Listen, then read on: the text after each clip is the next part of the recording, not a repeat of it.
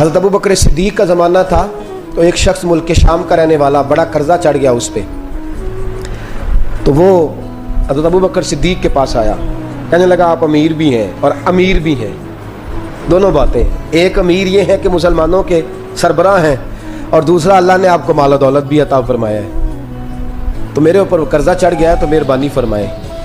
وہ کہتا ہے حضرت صدیق اکبر نے میرا ہاتھ پکڑا، گھر کے اندر لے گئے، باہر سے دروازہ بڑا اعلیٰ تھا لیکن گھر کے اندر گیا تو چارپائی بھی کوئی نہیں تھی، کھجور کی چٹائیاں بچھی ہوئی تھی، کھجور کی چھال کی، اور وہ بھی پھٹی ہوئی۔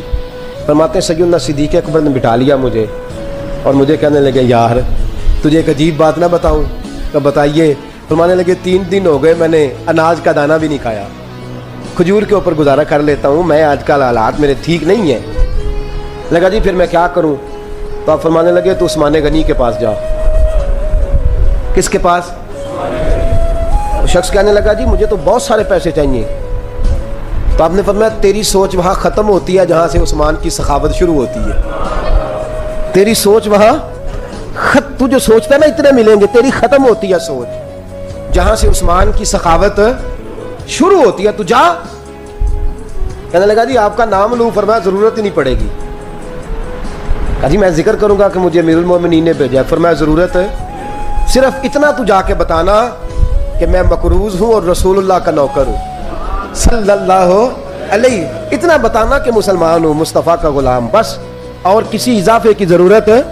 کہا جی وہ دلیل مانگیں گے؟ فرمایا عثمان خیرات کرتے تفتیشیں نہیں کرتا، عثمان اللہ کی راہ میں دیتے ہوئے تفتیشیں 10 روپے دینا اور 100 بات سنانا فقیر کو، وہ تک تو نہیں نا، 10 روپے اور 100 قسم کے تانے نہ دے تو میاں چشم پوشی کر جا، تجھے کس نے اجازت دی ہے ٹٹولنے کی، پھولنے کی اور کرودنے کی؟ یہ حال اگر تیرے ساتھ کیا جائے، رب اگر تجھے ٹٹول کے دے تو تیرا کیا بنے؟ رب کریم اگر تجھے ٹٹول کے دے کہ پہلے بتا نمازیں کتنی پڑھی ہیں، سویرے اٹھتا ہے کہ نہیں، تو تیرا کیا حال ہوگا؟ تو ٹٹولتا پھرتا ہے 10 روپے دینے کے لیے۔ حضرت عثمان غنی کی عادت نہیں، وہ شخص کہتا ہے میں چلا گیا، پوچھتا پوچھاتا دروازے پہ پہنچا، دروازے پہ دستک دی تو حضرت عثمان غنی کے اندر سے بولنے کی آواز ہے، اپنے بچوں کو ڈانٹ رہے ہیں، کہتے ہیں یار تم لوگ شہد کے اندر، دودھ کے اندر شہد ملا کے پیتے ہو، خرچہ تھوڑا کم کرو، اتنا خرچہ تم نے بڑھا دیا ہے، تم دودھ کے اندر دودھ بھی میٹھا شہد بھی میٹھا، ایک چیز کھا لو، کو بیمار ہو، 2 چیزیں استعمال کرتے ہو۔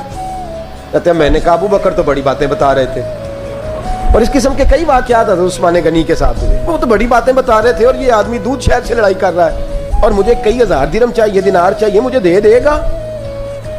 فرماتے ہیں اب وہ ڈانٹ کے باہر آئے، میں دروازے پہ تھا، آتے ہی کہنے لگے میں آیا نا تو جب میں نے السلام علیکم کہا تو وہ سمجھ گئے میں مسلمان ہوں۔ کہتے ہیں وعلیکم کہا تو پہلا جملہ انہوں نے جو بولا وہ ان کے بڑے پن کا مظاہرہ تھا۔ کہنے لگے بچوں کو ایک بات سمجھانی تھی، آنے میں مجھے 1.5-2 منٹ لگ گئے، تو دروازے پہ کھڑا رہا، مجھے معاف کر دینا۔ بڑے لوگوں کی بڑی باتیں، بڑے لوگوں کی بڑی باتیں، اتنا بڑا قد ہے اتنا بڑا اخلاق ہے۔ کہنے لگے تجھے ایک بات بچوں سے کرنے لگ گیا تھا، تجھے انتظار کرنا پڑا، ذرا درگزر کرنا۔ کہتے ہیں پھر انہوں نے دروازہ کھولا، جو اس وقت ان کا ماحول تھا، حویلی کا، ڈرائنگ روم کا، جو بھی، مجھے بٹھایا۔ کہتے ہیں میرے لیے جو پہلی چیز آئی وہ دودھ کے اندر شہد ڈال کے وہ لائے۔ کہتے ہیں میرے دل میں خیال آیا گھر میں جھگڑا کر رہے تھے، مجھے پلایا، اس کے بعد کھجوروں کا حلوہ آ گیا۔ کہتے ہیں میں نے کہا بچوں کو کہہ رہے تھے ایک میٹھی چیز استعمال کرو، میرے لیے 3 آ گئی ہیں، 3 آ گئی، عجیب شخص ہے۔ کہتے ہیں میں لیکن ابھی میرا تصور جمع نہیں، میں نے کہا اتنا تگڑا نہیں جتنا حضرت ابو بکر نے بتایا ہے۔ کہتے ہیں کھلا پلا کے نا پھر پوچھنے لگے کیسے آئے ہو، کیسے آئے ہو؟ تو کہتے ہیں میں نے کہا کہ جناب میں مجبور ہوں، آج بہت سارے لوگ ہیں نا جن کے پاس کسی کی بات سننے کا ٹائم ہی نہیں، کہتے ہیں موٹی موٹی بات کریں، آخری۔ حضرت عثمان غنی پوری کھلا پلا کے کہنے لگے کیسے آنا ہوا؟ کہتے ہیں میں نے کہا جی میں مسلمان ہوں، ملک کے شام کے مضافات کے ایک گاؤں کا رہنے والا ہوں، کچھ کاروباری مشکلات آئیں تو میں مقروض ہو گیا، میرے اوپر قرضہ ہے، مجھے کچھ پیسوں کی حاجت ہے۔ فرمانے لگے میں نے کچھ پیسے کہا، انہوں نے ایک آواز دی تو ان کا غلام آیا، ایک اونٹ کے اوپر لدا ہوا سامان لے کے۔ کس کے اوپر؟ اونٹ کے اوپر۔ کہتا ہے مجھے 3000 اشرفیوں کی ضرورت تھی، میں نے بتایا نہیں 3000 چاہیے۔ اونٹ آیا تو حضرت عثمان غنی کہنے لگے اس اونٹ پر